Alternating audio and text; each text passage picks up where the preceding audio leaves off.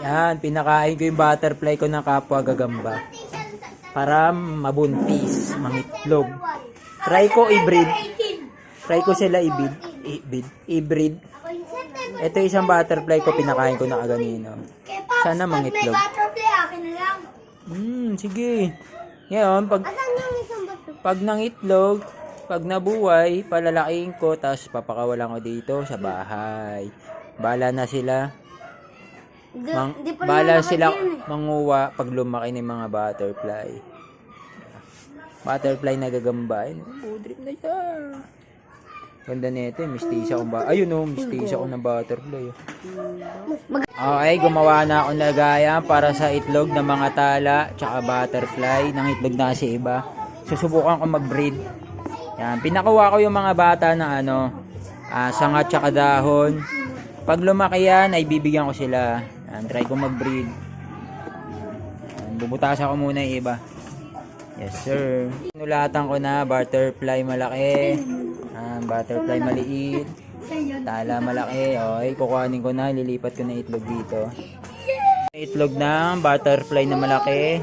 Ay tanga. Ito itlog ng tala na malaki. Lalagay ko na doon sa talang malaki. Okay. Yan, sa talang malaki. Sabi daw kasi may napagtanungan ako, kapag nang itlog daw yung butterfly, butterfly din daw yung mga anak. Yan, malalaman natin, di ba? Kasi mga nagbe-breed din mga yun eh. Pero yung iba, ginagawa, hina-hybrid eh.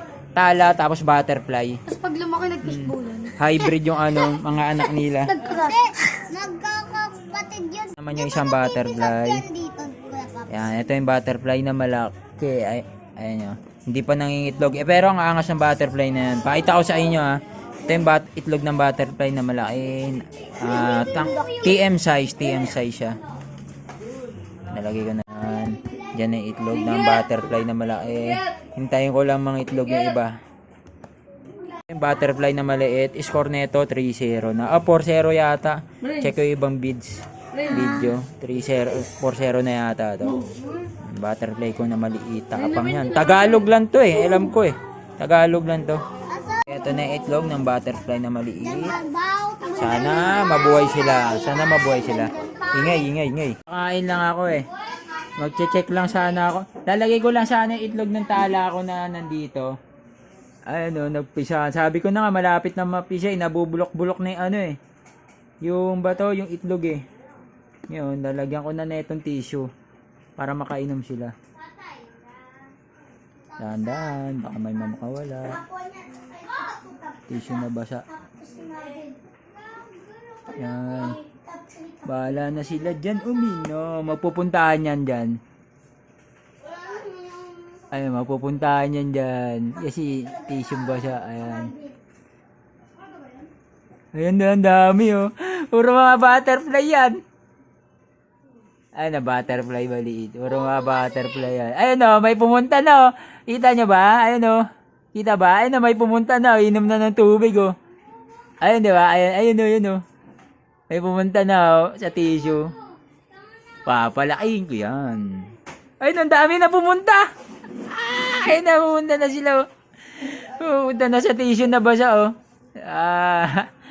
Papalakihin nila. Kaya nga eh. Ang mayayari niyan, magpapatayan yan. Tapos yung matitira dyan, yun yung ma-harvest. Yun yung ma-harvest dyan. Medyo, pag lumaki-laki na sila, ang lalagay ko dyan, yung hipon. Mag-iiwan ako dyan. Kakalat ko yan. Nakatawa. Ang dami oh. Alam mo, mga langgam eh. Stig. Ayun, ang dami oh. Sa isang itlog kaya, ilan kaya yung nila, nalalabas? Ang dami, parang 100 yata to. Pakarami. Diba? Parang 100 gagambang kaya malabas sa isang itlog. Yan, ang dami na sila pita. Nararamdaman nila yan eh. Na may tubig sa paligid eh. Yan. Diba, may namatay akong tala. Lalagay ko siya ngayon dyan. Tignan ko kung kakainin nila yan. Yan. Lalagay ko siya. Kasi uminom na sila eh. Inulugan ko ng hipon. Tignan ko kung kakainin nila yan, hilaw na hipon. Kasi yung gagamba, inulog ko, parang hindi nila masyado napansin. Siguro pag medyo malaki-laki na sila, no, sa kanila alam na pagkain. Ito kayang hipon, try ko kapag may lalapit dyan. Parang may isang lumapit eh. Okay, day 2 ng aking mga butterfly. Hindi nila kinain yung hipon. Tsaka nilagyan ko gagamba. Siguro tubig-tubig muna sila. No? Mamaya try ko lagyan ng maliliit na langaw.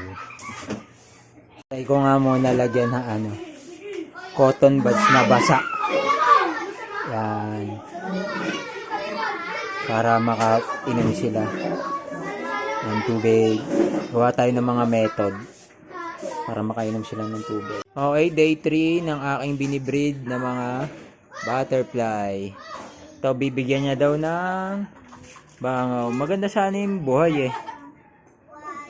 Para hindi dyan. Buhay pa. Huwag mo dyan nalagay. Lagay natin sa loob. Wait. Malaki na sila ng konti eh. Nung nakaraan, sobrang liit lang eh. Ayun, no. Parang may sumabit nung tignan natin kung pupuntahan nila. Sumabit yung langaw. Buhay na bangaw. Sobrang laki. Kaya matrap na sapot nila to. At medyo maliit lang eh. Butterfly namin yun. Meron na naman. Sino to? Talang malaki. Tala na malaki. Ito yung isa oh. Butterfly naman to. Wow. Pisa na naman oh. Dami Nila mga itlog no. 100. yan. Baka hindi lang. No, parang 200 eh. Huwag mo ipan. No, parang 200 to 300. Dami. Talaga ba? Dami ah. Dami. Pagkumpara ko nga yung laki. Yun na, nagsipuntahan na sila sa basang cotton buds. Ayan na. Ito yung tala. Ayan, napasipuntahan na sila. Inam kayo dyan ah. Dami oh, nagsipuntahan na sila. Parang langgam eh. Okay, day 1 ng aking mga talang babies. Yun lang, nakakalabas sila sa gantong lagayan. Meron oh. Nakakalabas eh. Yun oh. Try ko nga sa sunod bote ng coke. Labas, oy. Oy.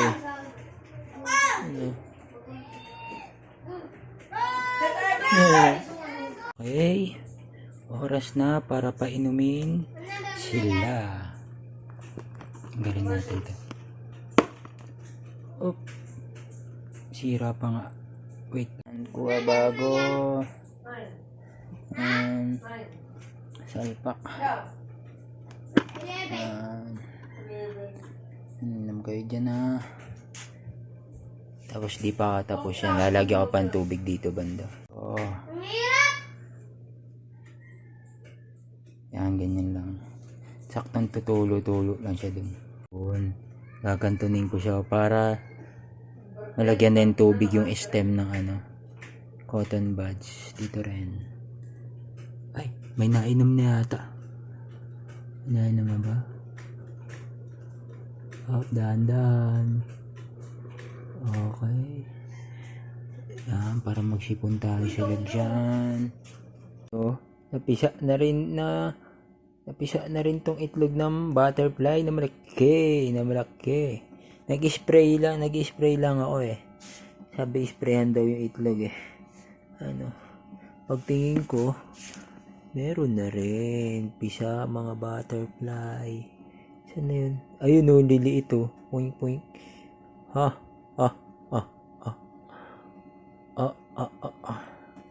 Napisa na yung itlog ng butterfly kung malaki. Tatlo na silang binibreed ko.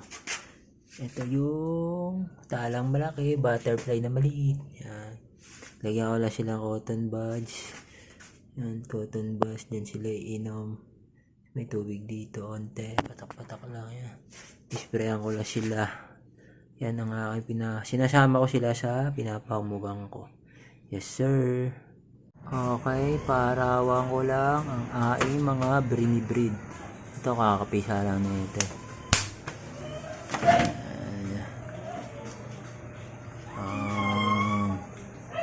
Sana makaharvest kahit 6. No? Okay, nang itlog lang yung rare sarento ko uli. Nilagay ko lang siya rito. Pagka-check ko, ayun na. Napisaan na pala yung itlog ng aking rare sarento. Yung nanalo sa mga taga-paliparan. Sir, binutasan ko na siya dyan kasi lalagyan ko na siya ang cotton buds na may tubig. Nilagyan ko na. Pupuntahan na nila yan na yan. May pumunta na. Iinom sila dyan. Tuwing magre-refill, papatakan lang dito ng tubig. Tapos huhugutin siya ulit para pati dun sa stem niya kumapit. System ng cotton buds yan. May nainom na.